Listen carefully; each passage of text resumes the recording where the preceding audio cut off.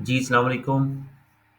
Welcome to pre market review 27 फरवरी 2025।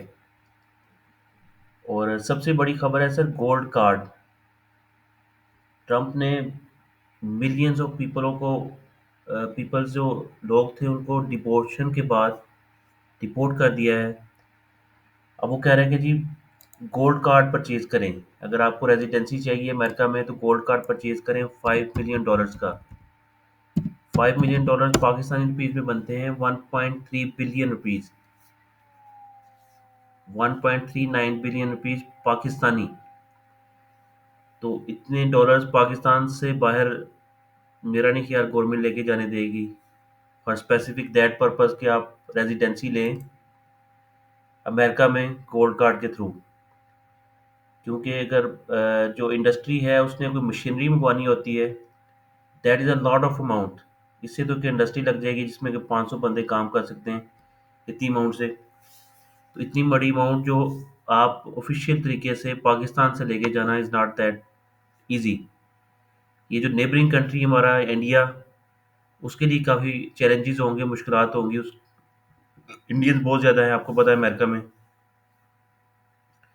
तो ये गोल्ड कार्ड की जो कीमत रखी है ट्रंप ने, that is very expensive for Pakistan as well as for the world.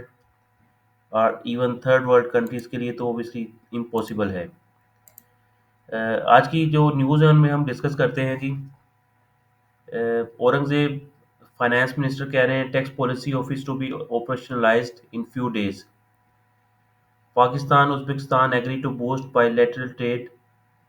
$2 billion तक बायलैटरल ट्रेड पाकिस्तान और उज्बेकिस्तान में एक एग्रीमेंट है वो हो रहा है। और selling pressure at Pakistan stock exchange, Karachi stock exchange index losses 666 point की कमी कल की जो मार्केट थी उसमें आई है। IMF team to visit Pakistan next week. और rupee registered marginal gain against US dollar, that is good news.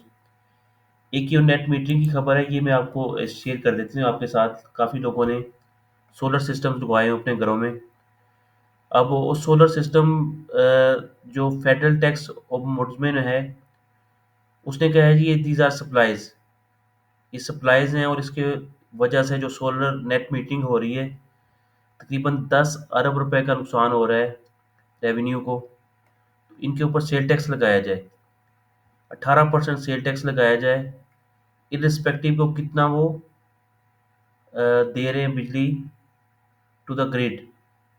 जितनी बिजली वो कंज्यूम कर रहे हैं ना उस सब के ऊपर 18% सेल टैक्स लगाएं। सोलर जिन्होंने जिन्होंने सोलर सिस्टम लगवाए हुए घरों पे, और जब वो सेल टैक्स लगेगा तो सेक्शन 235 इनकम टैक्स ऑर्डिनेंस का कहता है कि उसके ऊपर विद होल्डिंग टैक्स भी लगेगा।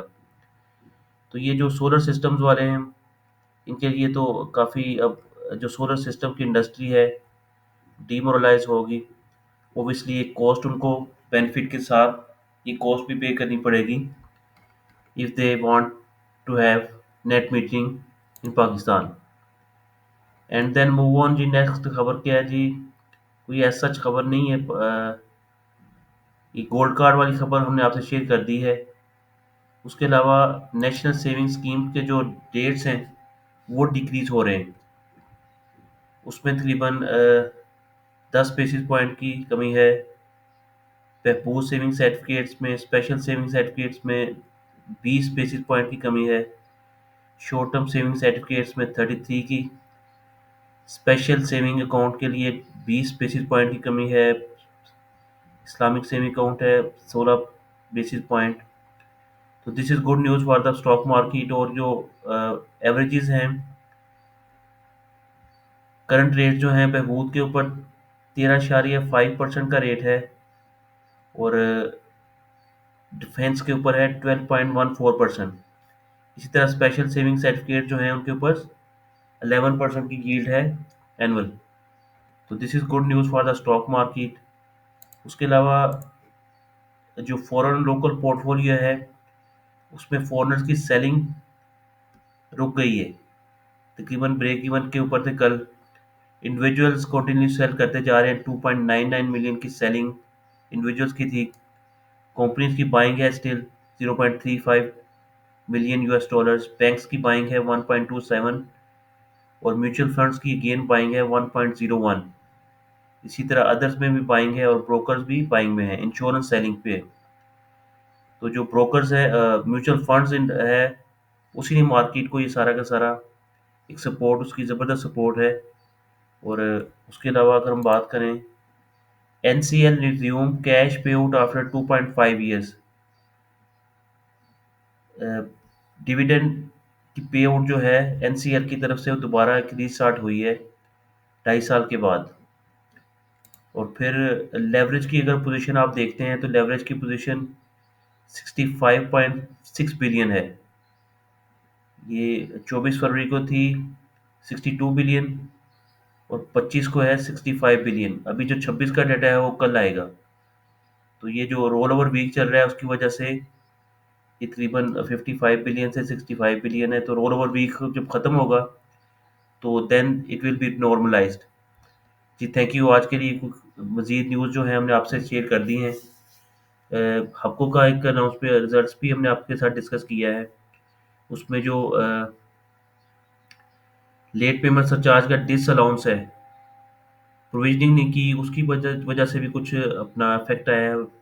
पर ओवरऑल अगर आप हमारी वीडियो देखेंगे इंशाल्लाह we will get the idea कि what to do with the Hafco shares. जी थैंक यू।